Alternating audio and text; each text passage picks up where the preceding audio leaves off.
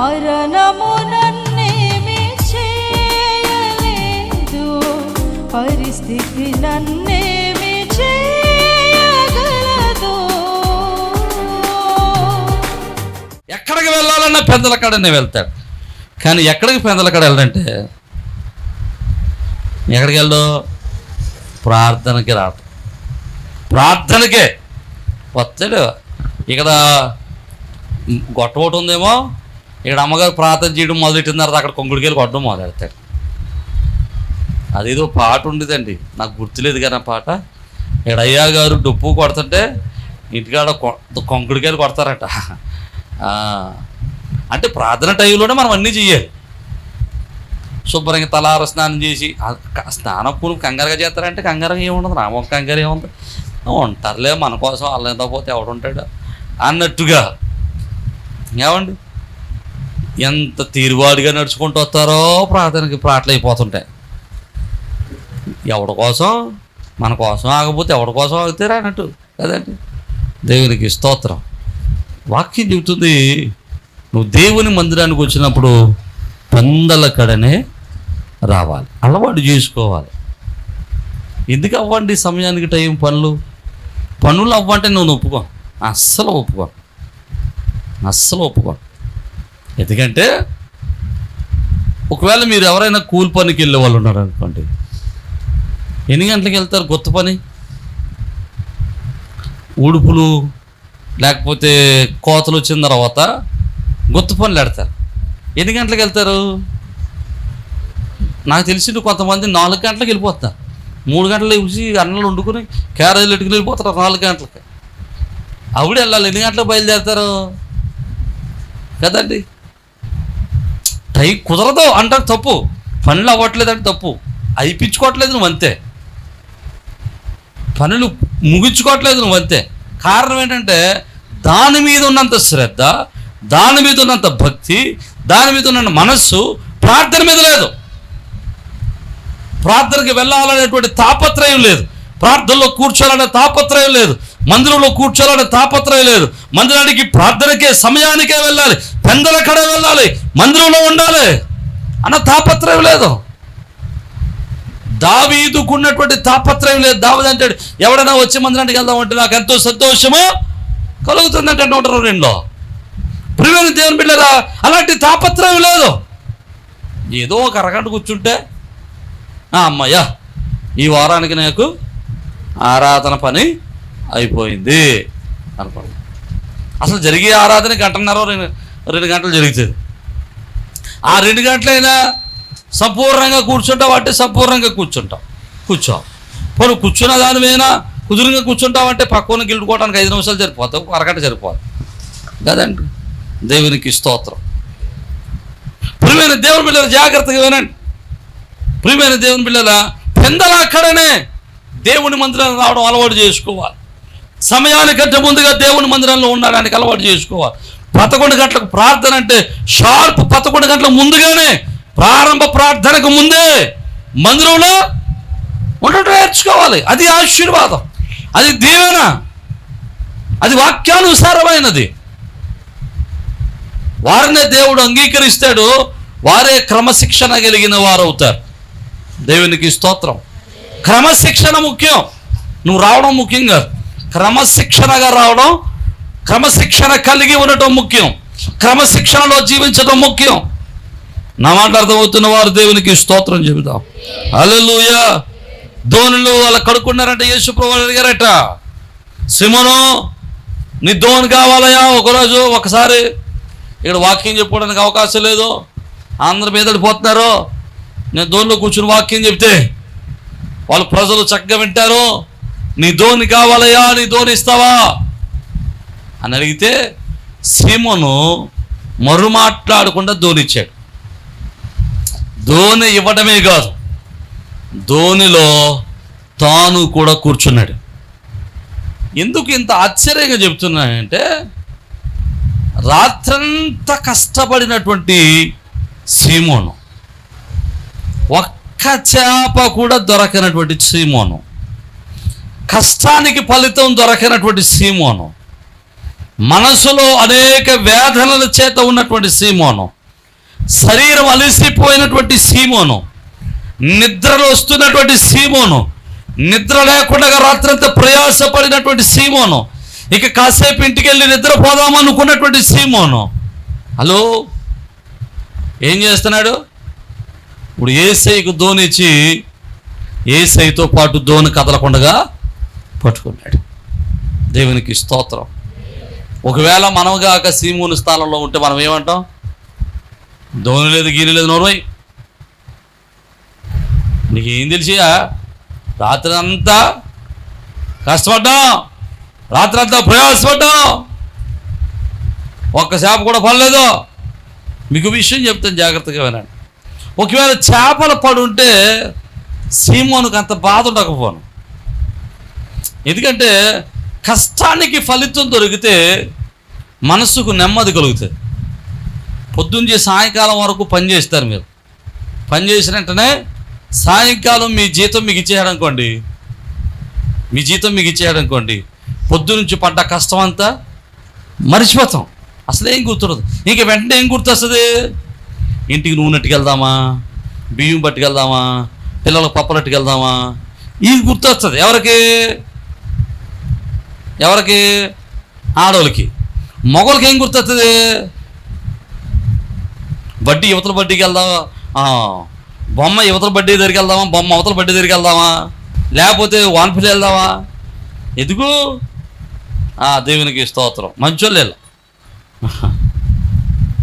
వీళ్ళకి ఇది గుర్తుంటా.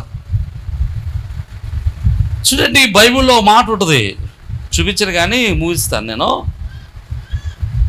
ఏ రోజు కూలి ఆ రోజు ఇచ్చేయాలట. ఏ రోజు కూలి ఆ రోజు ఇచ్చేయాలేమో.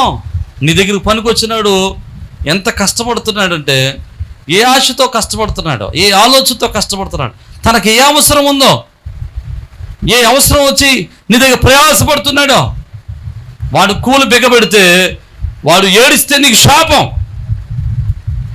అందువల్ల ఏం చేయాలి? ఏ రోజు కూలి ఆ రోజు ఇచ్చేయాలి.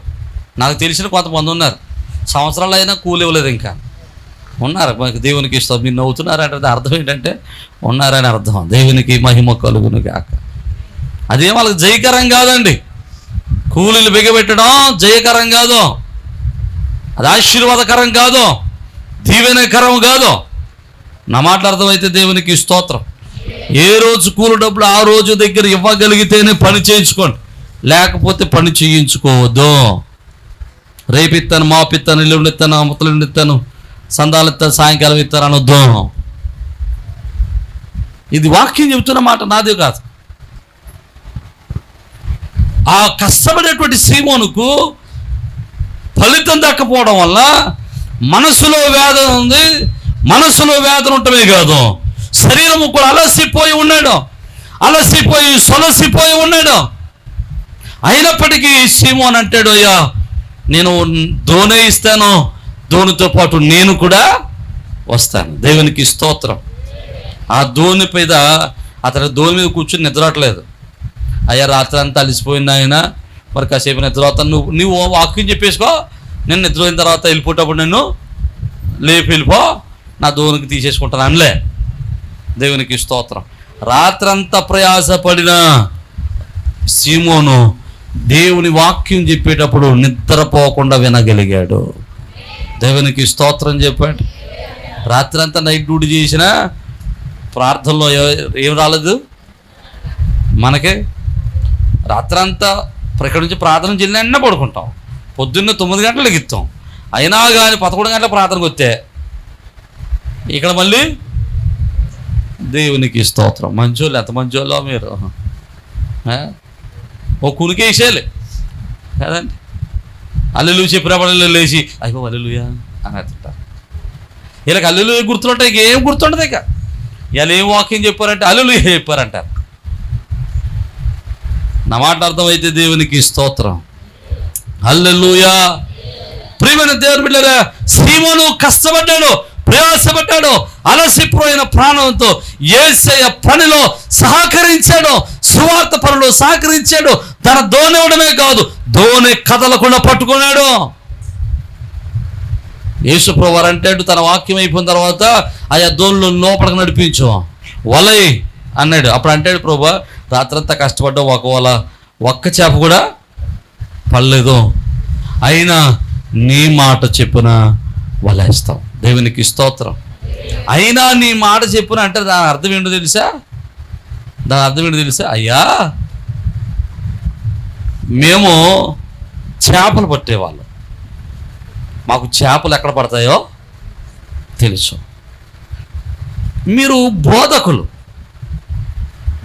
మీకంటే చేపలు పట్టే అనుభవం మాకుంది. చేపలు పట్టడం మాకు తెలుసు, మీకు తెలియదు. అయినా కానీ మీరు చెప్పారు, చూసారా, మీ మాట మీద నేను వలేస్తాను.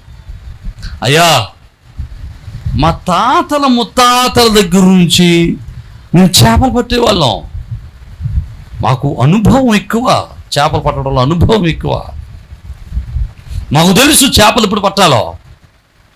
మా తాతల ముత్తాతల దగ్గర నుంచి మేము చేపలు పట్టాం, కానీ మీరు చేపలు పట్టిన అనుభవం లేదు.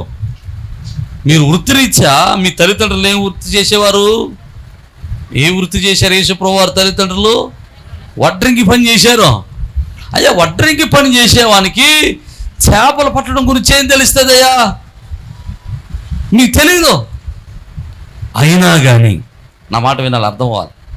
అయినా కానీ మా అనుభవం గురించి, మా అనుభవాన్ని ప్రక్కనెట్టి, మా జ్ఞానాన్ని ప్రక్కన పెట్టి, మా తెలివిని ప్రక్కన పెట్టి, మా ఆలోచన ప్రక్కన పెట్టి, మాకున్నటువంటి జ్ఞానాన్ని ప్రక్కన పెట్టి నీ మాట చెప్పిన వలేస్తాం.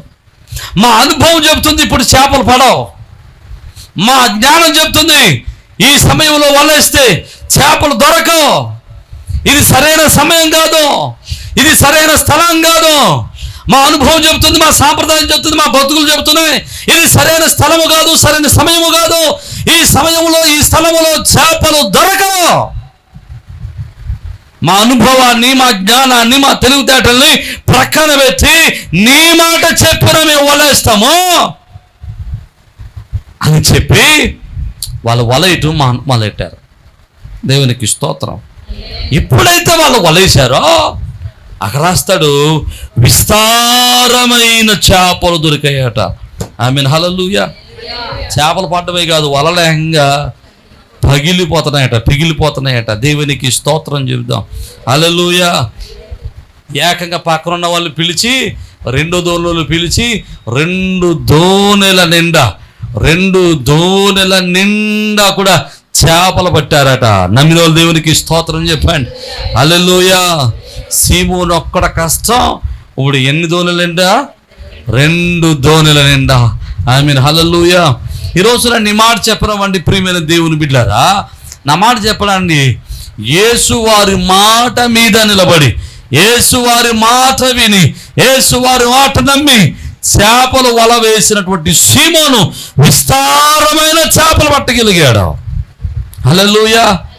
ఈరోజు నువ్వు దేవుని మాటకు లోబడగలిగితే, నీ అనుభవాన్ని కాదు, నీ తెలివితేటలు కాదు, నీ జ్ఞానాన్ని కాదు, నీ బుద్ధిని కాదు, నీ వివేకాన్ని కాదు, దేవుని మాట వినగలిగితే అది ఖచ్చితంగా నీ జీవితంలో గొప్ప విజయాన్ని ఇస్తుంది. హల్లెలూయా. నువ్వే పని చేసినా ఈ మాట చెప్పగలగాలి, ప్రభువా నా జ్ఞానం కాదు నాయన, నా జ్ఞానాన్ని బట్టి నేను పని చేయట్లేదు, నీ మాట చెప్పనే చేస్తున్నాను, చెప్పగలగాలి ఈ మాట. కానీ మనం ఏం చేస్తాం? చేసేది క్రైస్తవ కార్యక్రమమే కానీ మన జ్ఞానాన్ని బట్టి చేస్తాం, మన తెలివిని బట్టి చేస్తాం, మన ఆలోచన బట్టి చేస్తాం, మనకున్న తలంపులను బట్టి చేస్తాం, మన సాంప్రదాయాలను బట్టి చేస్తాం, మన ప్రక్కింటి వాడు చెప్పిన దాన్ని బట్టి చేస్తాం, దేవుడు చెప్పిన మాటను బట్టి చేయం. మీకు గిద్యోనని ఒకరు కనబడతాడు, మీకు న్యాయాధిపతులు 7వ అధ్యాయంలో గిద్యోను అని కనబడతాడు. ఈ గిద్యోను ఇశ్రాయేలుకు న్యాయాధిపతి, 4వ న్యాయాధిపతి. ఈ గిద్యోన్ని దేవుడు అంటాడు, మిద్యాను మీద యుద్ధం చేయడానికి వెళ్ళి అంటాడు. మిద్యాని యుద్ధం చేయడానికి వెళ్ళమంటే మిద్యానీయులు ఎంతమంది ఉన్నారు? 12-13 వచనాల్లో మనం చూస్తే మిద్యానీయులు, అమాలేకీయులు, తూర్పు ప్రజలు లెక్కకు మిడతల వలె ఉన్నారట. విస్తారమైన ఒంటెలు వేసుకొచ్చారట. లెక్కకు మిడతల్లాగా ఉన్నారంటే ఇసుక రేణువుల్లాగా విస్తారమైనటువంటి ప్రజలు, విస్తారమైన సైన్యం ఇశ్రాయేలు మీద యుద్ధం చేయడానికి వచ్చారు. దేవుడు అంటాడు వాళ్ళ మీద యుద్ధం చేయడానికి వెళ్ళి అంటాడు. అప్పుడు గిద్యోను ఏం చేస్తాడంటే ఒక 30,000 మందిని తీసుకుని యుద్ధానికి వెళ్ళడం మొదలెడతాడు. ప్రభు అంటాడు 30,000 మంది ఎక్కువరా బాబా, 30,000 మంది వద్దు, వాళ్ళని పరీక్షించి తగ్గించే అంటాడు. ఎంతకు తగ్గించేశాడు? 300 మందికి. ఎంతమందికి? అప్పుడు అంటాడు ప్రభు ఈ 300 మందితో యుద్ధానికి వెళ్ళి అంటాడు. యుద్ధానికి వెళ్ళేటప్పుడు ఏం పట్టుకెళ్ళమంటాడు తెలుసా? ఏం పట్టుకెళ్ళమంటాడు? మట్టి కుండలు, దివిటీలు, బోరలు పట్టుకెళ్ళమంటాడు. అయ్యా గిద్యోను ప్రభుని అడగలేదు, ప్రభువా యుద్ధానికి వెళ్ళేవాడు కత్తులు అట్టుకెళ్ళాలి, యుద్ధానికి వెళ్ళేవాడు కత్తులు లేకపోతే కర్రలు అట్టుకెళ్ళాలి, నాయన నువ్వేంటి తండ్రి పట్టుకుని అట్టుకెళ్ళమంటున్నావు, దివిటీలు అట్టుకెళ్ళమంటున్నావు, బోర్లు అట్టుకెళ్ళమంటున్నావు, అందులోకి ఆ లక్షలాది మంది ఉంటే మేము 300 మంది ఉన్నాం, మా వల్ల ఏమవుతుంది నాయన అనాలి. కానీ గిద్యోను ఏమీ మాట్లాడలే. ఏం చేస్తాడో తెలుసా? నీ మాట చెప్పున చేస్తాం, నువ్వేం చేయమన్నావో అదే చేస్తాం, నువ్వు ఎలాగెళ్ళమంటే అలాగే వెళ్తాం అని 300 మందిని తీసుకుని మట్టి కుండలు పట్టుకుని, దివిటీలు పట్టుకుని, బూరలు పట్టుకుని వెళ్ళి ఆ రాత్రి వేళ మట్టి కుండలు పగలగొట్టి, బూరలు ఊది, దివిటీలు వెలిగించగా గొప్ప విజయం దేవుడు ఇశ్రాయేలులకు అనుగ్రహించాడు. నమ్మిన వారు దేవునికి స్తోత్రం చెప్పండి. హల్లెలూయా. నీ జ్ఞానం పని చేయకూడదా? నీ తెలివితేటలు పని చేయకూడదా? నీ తెలివిని బట్టి కాదు, నీ జ్ఞానాన్ని బట్టి కాదు, నీ అనుభవాన్ని బట్టి కాదు, దేవుని మాటను బట్టి నువ్వు పని చేయగలిగితే, దేవుని మాటను బట్టి నువ్వు దేవుని సన్నిధిలో ఆయన మాటకు లోపడగలిగితే, ఆయన మాట చెప్పిన నువ్వు చేయగలిగితే, ఆయన చేయమన్న పని నువ్వు చేస్తే, ఆయన ఉండమన్నట్టుగా ఉంటే, ఆయన ఉండమన్నట్టుగా నువ్వు నడిస్తే, ఆయన చేయమన్నట్టుగా నువ్వు చేస్తే ఖచ్చితంగా నీ జీవితంలో రెండింతల ఆశీర్వాదాన్ని చూస్తావు, గొప్ప విజయాన్ని చూస్తావు. హల్లెలూయా. ఒక దోణి ఇచ్చిన సీమోను 2 దోణుల నిండా చేపలు పట్టాడు. 300 మందితో వెళ్ళినటువంటి గిద్యోను గొప్ప విజయాన్ని చూశాడు. హల్లెలూయా, హల్లెలూయా. కానా అనేటువంటి ఊరిలో పెళ్లి జరుగుతూ ఉంది. నేను ముగిస్తాను. కానా అనేటువంటి ఊరిలో పెళ్లి జరుగుతూ ఉంది. ద్రాక్షారసం అయిపోయింది. యేసు ప్రభువు వారి దగ్గరికి వచ్చింది మరియా, అయ్యా ద్రాక్షారసం అయిపోయింది, అమ్మ నాతో పని నీకేంటి పని అన్నాడు. ఆవిడ వెళ్ళిపోతే పనులు చూసి ఆయన దగ్గరికి వెళ్ళి నిలబడండి, ఆయన ఏం చెప్తా చేయండి అన్నాడు. అప్పుడు వాళ్ళు వచ్చి యేసు ప్రభు దగ్గర నిలబడ్డారు. అప్పుడు ఆయన అంటాడు బాణల నిండా, రాతి బాణల నిండా నీళ్లు నింపండి. వాళ్ళు ఒక్క మాట కూడా మాట్లాడలేదు. అయ్యా అయిపోద్ది ద్రాక్షరసం, నీళ్లు నింపంటామేంటి? అయ్యా ద్రాక్ష పళ్ళు ఉన్నాయా, ద్రాక్ష పళ్ళు తేమా అనేవన్లే, నీళ్లు నింపమన్నారు. వాళ్ళు నీళ్లు నింపారు. ఆయన మాట చెప్పున చేశారు కనుక నీళ్లు ద్రాక్షరసంగా మార్చబడ్డాయి. హల్లెలూయా. నువ్వు ఆయన మాట వింటే చాలు, ప్రతికూల పరిస్థితులు అనుకూలపరచబడతాయి. నువ్వు ఆయన మాట వింటే చాలు, నీ శ్రమకు ఫలితం దొరుకుతుంది. నువ్వు ఆయన మాట వింటే చాలు, నీ జీవితంలో ఆశీర్వాదకరమైన దీవెనకరమైన దినాలు నువ్వు చూడగలుగుతావు. హల్లెలూయా. నీ శక్తికి మించిన విజయాలు నువ్వు అనుభవించగలుగుతావు. హల్లెలూయా. నీ జీవితంలో గొప్ప ఆశీర్వాదాన్ని నువ్వు సాగు చూడగలుగుతావు, గొప్ప దీవెని సాగు చూడగలుగుతావు, గొప్ప ఆనందాన్ని చూడగలుగుతావు. నమ్మిన వారు బిగ్గరగా దేవునికి స్తోత్రం చెప్పండి. హల్లెలూయా. అయ్యా నేను ఈ పని చేయలేను, కానీ నీ మాట చెప్పునే చేస్తాను. అయ్యా నేను ఈ విధంగా ఉండలేను, కానీ నీ మాట చెప్పినా నేను ఉంటాను. అయ్యా మనుషుల జ్ఞానం చెప్పుది ఈ పని చేస్తే బాగుపడవని, అయితే కానీ నీ మాట చెప్పున చేస్తాను. ఏ పని చేసినా మనుషుల జ్ఞానాన్ని బట్టి కాదు, మనుషుల ఆలోచన బట్టి కాదు, సాంప్రదాయాలను బట్టి కాదు, లేదా మరొకటి కాదు, దేవుని మాట చెప్పున నువ్వు చేయగలిగితే, దేవుని మాట ఆయన ఏం చెప్పాడో అది నోరు మూసుకుని చేయటమే. నా అనుభవంలో అండి ఇలాగ చేస్తే అవ్వదండి. అలాగ అవ్వకపోయినా దేవుడు చెప్పినప్పుడు నోరు మూసుకుని చేస్తే ఆ జీవితంలో ఆశీర్వాదాన్ని నువ్వు చూడగలుగుతావు. హల్లెలూయా, హల్లెలూయా. ఈరోజు నన్ను ఈ మాట చెప్పినావండి, నువ్వు ఏ మాట చెప్పినా చేస్తున్నావు, ఎవరి మాట చెప్పినా నువ్వు క్రియలు చేస్తున్నావు, ఎవరి మాట చెప్పినా నీ జీవితంలో నీ జీవితాన్ని అలవంచుకుంటున్నావు, లేకపోతే ఎవరి మాట చెప్పినా నీ జీవితాన్ని కొనసాగిస్తున్నావు, ఎవరి మాట చెప్పినా ఎవరి మాట మీద నీ పనులు చేస్తున్నావు, ఎవరి మాట మీద ఆధారపడి నీ కార్యాలు కొనసాగిస్తూ ఉన్నావు. నువ్వు దేవుని మీద ఆధారపడి, దేవుని మాట మీద ఆధారపడి నువ్వు దేవుని పని చేయగలిగితే, దేవుని పని చేసుకోగలిగితే, నువ్వు దేవునికి లోబడగలిగితే ఖచ్చితంగా దేవుడు సీమోనును ఆశీర్వదించినట్లుగా ఆశీర్వదిస్తాడు. గిద్యోనుకు తోడై ఉన్నట్టుగా తోడై ఉంటాడు. కానా విందులో ద్రాక్షరసంగా మార్చినట్లుగా ఉన్నటువంటి నీ ఇంట్లో ఉన్న దానిని ఆశీర్వాదకరంగా మార్చగలడు. నమ్మిన వారు దేవునికి స్తోత్రం చెబుదాం. హల్లెలూయా. ఈరోజు నా మాటలు అర్థం చేసుకోవడానికి ప్రయత్నం చేయండి. ఈరోజు సీమోను దేవుని మాట విన్నాడు. దేవుని మాట విన్నాడు. విస్తారమైన చేపలు దొరికాయి. ఈరోజు మనం దేవుని మాట విందాం. ఎవరి మాట వద్దాం? నీ అనుభవం కాదు, నీ జ్ఞానం కాదు, నీ తెలివితేటలు కాదు, వీటన్నిటిని వదిలిపెట్టుకుందాం. వీటన్నిటిని వదిలిపెట్టేద్దాం. దేవుని మాటకు విందాం. ఆయన మాట విని ఆయనకు లోబడి ఆయన కృపను పొందుకుందాం. అతి కృప దేవుడు మనెల్లరికి అనుగ్రహించి తన మహిమలో బలపరచును గాక. తనలో వంచండి, చిన్న ప్రార్థన చేద్దాం. ఒకసారి ఒక తీర్మానం తీసుకుందాం. ప్రభువా, నేను నీ మాటకు లోబడుతున్నానా, లోకానికి లోబడుతున్నానా? నీ మాటకు విధేయులవుతున్నానా, లోకానికి విధేయులవుతున్నానా? ఒకసారి మనం ప్రయత్నం చేద్దాం, ఆలోచన చేద్దాం. పరిశుద్ధుడు, కృప కలిగిన తండ్రి, మీకే స్తోత్రాలు. వినిన వాక్యాన్ని మరుదలు నడిపి చేయండి. నీ మహిముచ్యత మమ్మల్ని బలపరచండి. నీ ఆత్మత సంధించండి. అయ్యా ఇగో తండ్రి, ఈరోజు అనేక విషయాలు మీరు నేర్చుకున్నాం. పెందలక్కడనే లేవాలని, అయ్యా ఇగో తండ్రి, పెందలక్కడనే మందిరానికి రావాలని, ఏ రోజు కూలి ఆ రోజే ఇవ్వాలని, అయ్యా ఇగో తండ్రి, మేము చేసే ప్రతి ప్రయత్నాల్లో మా అనుభవం, మా జ్ఞానం, మా తెలివితేటలు కాకుండా నీ మాటకు లోబడి పని చేయాలని మేము నేర్చుకున్నాం ప్రభువా.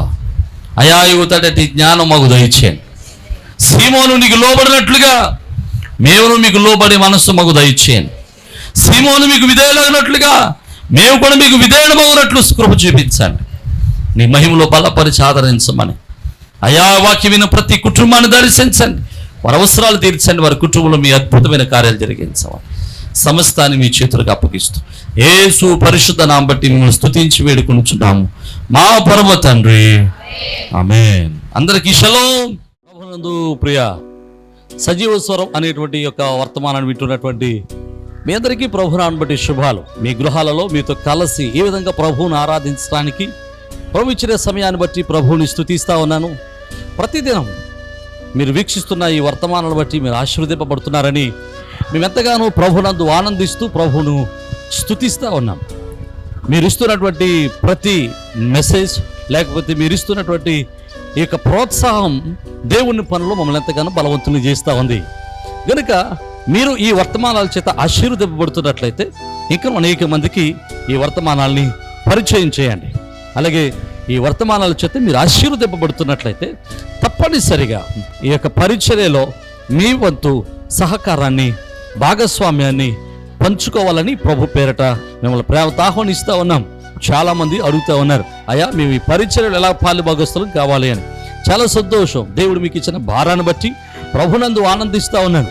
తప్పనిసరిగా మీరు కూడా మాతో కలిసి ఈ యొక్క సత్య సువార్తను, ఈ యొక్క ఆత్మీయమైన వర్తమానాలను అనేక మందికి అందించటంలో మీ వంతు కూడా ఖచ్చితంగా సహకారాన్ని అందించవచ్చు. కనుక ఈ స్క్రీన్ మీద కనబడుతున్న నెంబర్లకి ఖచ్చితంగా ఫోన్ చేయండి. తగినటువంటి ఆలోచనలు, సలహాలు, ఎలాగో మీరు ఈ పరిచర్యలో భాగస్తులు కాగలరో మేము మీకు తెలియపరుస్తాం. అలాగే మీరు ఈ వర్తమానాల చేత ఆశీర్వదింపబడుతున్నట్లయితే, ఒకవేళ మీరు ఇప్పటి వరకు ఏ సంఘానికి వెళ్ళని వారైతే, ఏ మందిరానికి అటెండ్ కాని వారైతే తప్పనిసరిగా మిమ్మల్ని మా మందిరానికి, మా సహవాసానికి ప్రేమతో ఆహ్వానిస్తూ ఉన్నాం. చక్కని అపోస్తుల యొక్క బోధ, ఆత్మీయమైనటువంటి ఆరాధన, ప్రేమతో కూడినటువంటి సహవాసము, చక్కని ప్రేమతో కూడినటువంటి ఆదరణ సంఘాల్లో సంఘం ద్వారా పొందడానికి మిమ్మల్ని ప్రేమతో ఆహ్వానిస్తూ ఉన్నాం. ఒకవేళ మీరు ఏకైనా మందిరాల్లో ఆల్రెడీ మందిరాల్లో కట్టబడి ఉన్నట్లయితే తప్పనిసరిగా ఆదివారపు ఆరాధన, మందిరంలో జరిగేటువంటి కూడికలలో పాల్గొనటం మానేయదు. తప్పనిసరిగా మీ మందిరాల్లో బలవంతులై, శ్రేష్ఠులై, దేవుని పనులు బలవంతులుగా ఎదగాలని మిమ్మల్ని ప్రేమతో ఆహ్వానిస్తున్నాం. ఒకవేళ ఎక్కడా మీరు పరిచర్యలో, ఏ పరిచర్యకు, ఏ సహవాసానికి ఒకవేళ మీరు అట్టుకట్టి ఉండకపోతే, ఏ సహవాసులు మీరు పాలుభాగస్తులుగా ఉండకపోతే తప్పనిసరిగా మిమ్మల్ని ప్రేమతో ఆహ్వానిస్తూ ఉన్నాం. మన పరిచర్యల ద్వారా ఇంకా అనేకమైనటువంటి పరిచర్యలు జరుగుతూ ఉన్నాయి. ప్రతి నెల అనాథల పరిచర్య చేస్తూ ఉన్నాం. ఈ అనాథల పరిచర్యలో చాలామంది యవన బిడ్డలు తమ యవన కాలంలో తమ యొక్క భర్తలను కోల్పోయిన వారు ఉన్నారు. అలాగే చిన్న చిన్న పిల్లలు పెట్టుకుని వారు పోషిస్తున్న వారు ఉన్నారు. వారిని పోషించడానికి దేవుడు మాకు ఇచ్చినటువంటి ఆలోచన బట్టి ప్రతి నెల కొంత సహాయాన్ని చేస్తున్నాం. ఇంకా ఆ సహాయాన్ని అనేక మందికి పంచాలని ఆశపడుతూ ఉన్నాం. ఇలాంటి దేవుని పరిచర్యలో మీరు కూడా మీ యొక్క సహకారాన్ని ప్రేమతో అందించవచ్చు. అలాగే ప్రతి నెల సెకండ్ సాటర్డే మన మందిరంలో చిన్న పిల్లల ప్రోగ్రాం జరుగుతుంది. ఇది ప్రతి నెల జరుగుతూ ఉంది. మీరు కూడా మీ పిల్లలు దేవునిలో ఆత్మీయంగా బలపడాలని ఆశపడితే తప్పనిసరిగా మీ పిల్లల్ని ఆ యొక్క చిన్నపిల్లల ప్రోగ్రానికి, కింగ్డమ్ చిల్డ్రన్స్ అనేటువంటి ప్రోగ్రానికి మీ పిల్లలు కూడా ప్రోత్సహించండి. తప్పనిసరిగా పంపించండి. ఉదయం 9 గంటల నుంచి 4 గంటల వరకు చక్కని పాటలు, చక్కని కథలు, చక్కని ఆరాధన, దైవభక్తి, అలాగే విశ్వాసంలో వారిని బలపరచడానికి ఎంతో మేము తోడ్పడుతూ ఉన్నాం, వారిని బలపరుస్తూ ఉన్నాం. అది మీ పిల్లలకు ఆత్మీయంగా బలపడడానికి, విశ్వాసాలు బలపడడానికి ఎంతగానో దోహదం చేస్తూ ఉంది.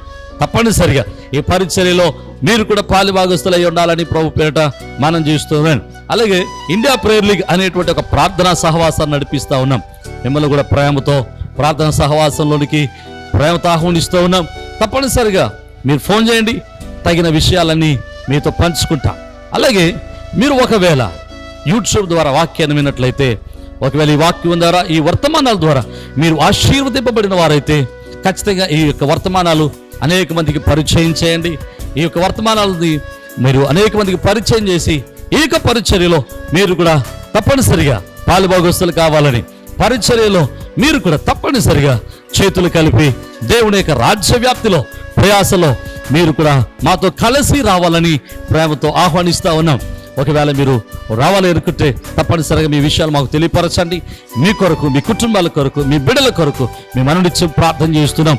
ప్రభు కృప మీకును, మీ కుటుంబాలకును, మీ బిడ్డలకును ఎలా తోడై ఉండి మిమ్మల్ని స్థిరపరిచి ఆదరించును గాక. ఆమేన్.